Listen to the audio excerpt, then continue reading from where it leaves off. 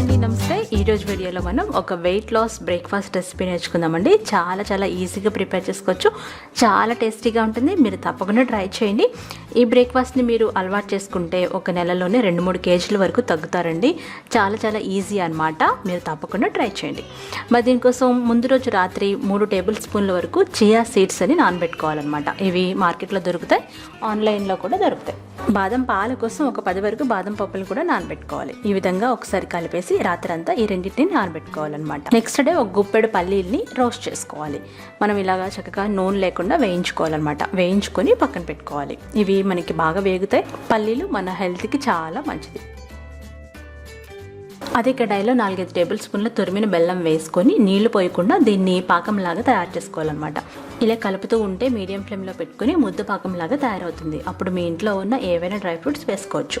ఇక్కడ నా దగ్గర ఉన్న పిస్తాలు, అలాగే మనం ఇప్పుడు వేయించుకున్నాం కదా పల్లీలు వేసి మరొక 2-3 నిమిషాలు వేయించాలన్నమాట. ఇలా వేస్తే మనకి దగ్గర పడిపోతుంది. ఈ మిశ్రమాన్ని నూనె రాసి పెట్టుకున్న బటర్ పేపర్ మీద కానీ ప్లేట్లో కానీ వేసుకోవాలి.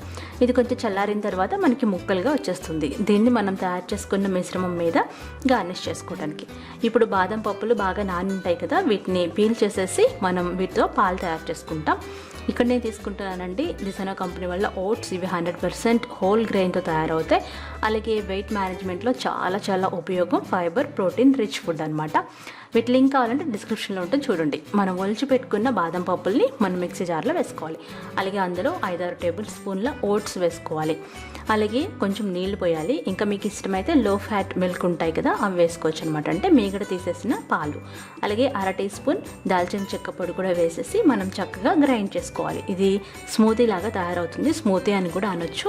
చాలా బాగుంటుంది అనమాట. అంతేనండి. ఇంకో సర్వింగ్ గ్లాస్లో తీసుకొని 2-3 టేబుల్ స్పూన్ల నానబెట్టిన చియా సీడ్స్ వేసుకోవాలి. చియా సీడ్స్ వేసేసి మనం గ్రైండ్ చేసి పెట్టుకున్నాం కదా ఆల్మండ్ మిల్క్ అలాగే ఓట్స్ కూడా వేసాం అందులో.